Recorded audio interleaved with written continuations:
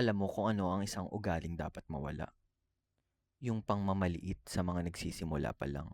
Kapag may baguhan, tatawanan agad. Kapag nagkamali, pupunahin agad. Kapag mabagal matuto, sasabihin hindi para sa'yo yan.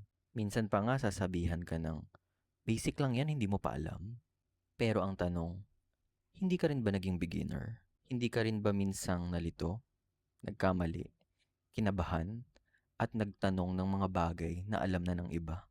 Nakakalimutan kasi ng iba na ang pagiging magaling ngayon ay resulta ng maraming pagkakamali kahapon. Walang ipinanganak na expert. Lahat dumaan sa proseso. Lahat nagsimula sa unang hakbang. Kaya kung may makita kang baguhan na sumusubok, huwag mo siyang maliitin.